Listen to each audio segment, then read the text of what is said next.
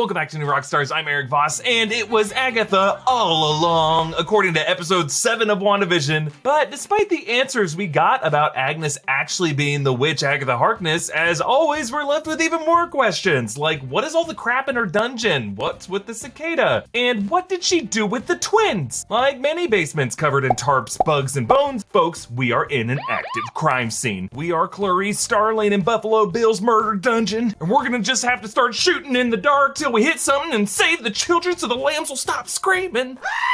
To find these kids, we gotta break down this crime scene from the outside in. So Agatha's home exterior is actually the same house on the Warner Brothers lot used for the witch Samantha's home in Bewitched. Covering her yard are violet flowers with vines radiating a purple glow, visible if you have photon powers, that is, snaking down to her basement. Now we know that gardening is important to Agatha. Well, you'll notice her roses bloom under penalty of death.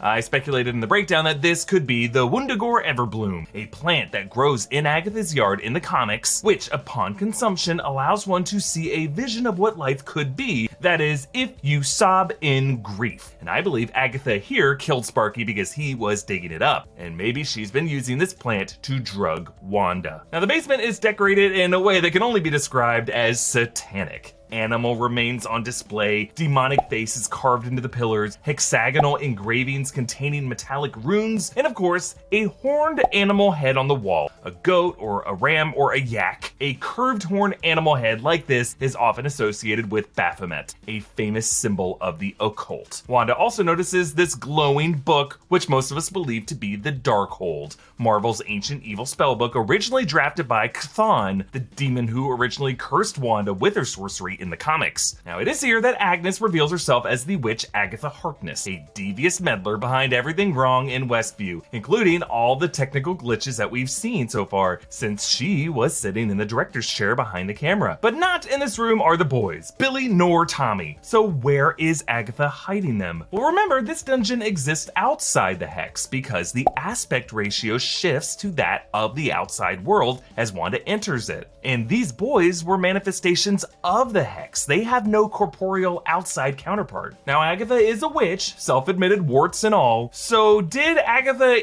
eat Billy and Tommy? She did earlier confess to cannibalism. I promise I won't bite. I actually did bite a kid once. Maybe she ate them, but I doubt in the Hansel and Gretel cannibalistic way. Remember, these kids don't have actual bodies. They're essentially magic molded into human form. So the illusory magic that created them could get reconsumed into its source. Many are pointing to the cicada Wanda spots upstairs and the similar flying insects visible in the basement. So did Agatha turn the boys into bugs? Maybe, but the symbolism of the cicada as eternal lifetime dormant beings doesn't really match up with the function of these two boys as we've seen them in the show. These two spend like a matter of hours in their wombs, they hatch overnight, they grow up way too fast. But still, I think the cicada remains an important clue, because Agatha might be behind everything, but she's not working alone. She glitched Hurd, she roped Pietro into this. And Dennis the mailman seems to be another asset. He now works for Presto Delivery Service, logo Rabbit, delivering something fragile in the direction of Agatha's house. Now Dennis himself can't be Senor Scratchy. Remember, he appeared in the same scene in episode 2 in which Agatha handed off that rabbit to Wanda. But they did have this interesting exchange. Stick 'em up.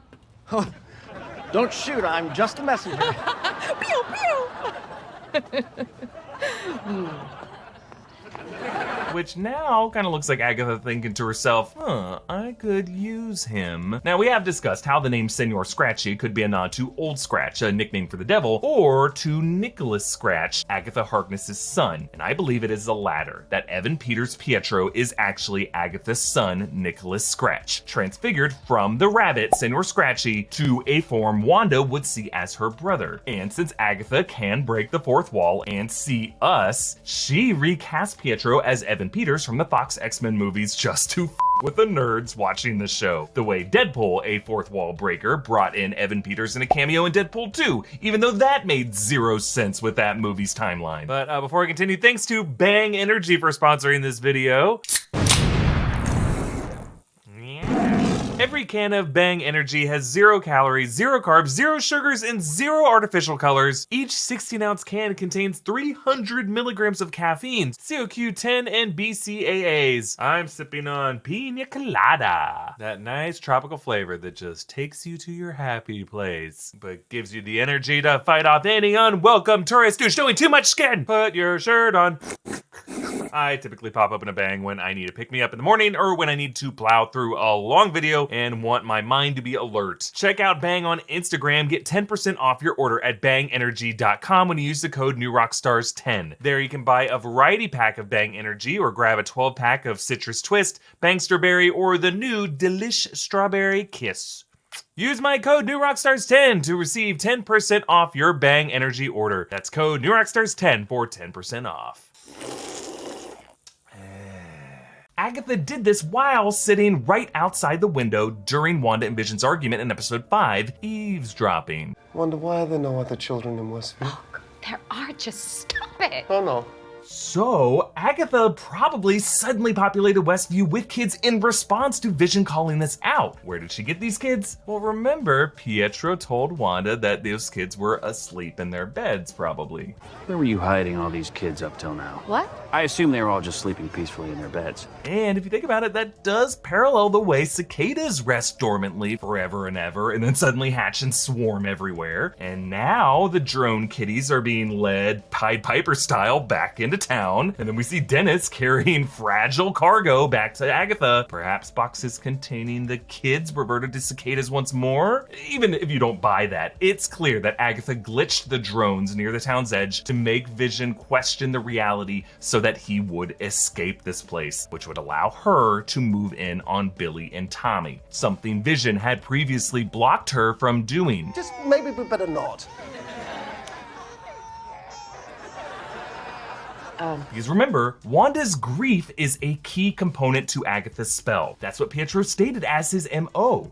Come to town unexpectedly, create tension with the brother-in-law, stir up trouble with the Rugrats, and ultimately give you grief. That's why Agatha causes Wanda to see Pietro as a corpse, even though this Pietro isn't the brother who died, and why she made Wanda see Vision as a corpse. She's trying to keep that grief flowing. And we also see this grief stream flowing into episode 7. The opening titles mixed in this creepy kidnapper message, "I know what you are doing, Wanda." And on Wanda's milk carton, there's this missing kid photo, a kid who looks a lot like her own son Billy who will be missing by the end of this episode. It's all to trap Wanda in this paralytic grief. And that is how Agnes pries Wanda's kids from her. And in the clutches of her home, Billy, a telepath, hears Agnes and the rabbit as quiet because he's unable to read their thoughts. And Agnes, right after this, brings up her off-screen husband, Ralph, again. I think Ralph is our mystery cameo, maybe Jimmy Woo's missing person. And since Agnes is a witch with New England plates, with an anniversary of June 2nd when the Salem witch trials began, who would any witch have as her husband, folks? The devil, Mephisto. As in the comics, this is based on the boys are pieces of Mephisto's soul. Unleash hell, demon spawn! And they are now being reconsumed into their source, the Darkhold. That is why it is giving off this fiery glow. And why, if you notice, Agatha redirects Wanda right as she begins to inspect this book.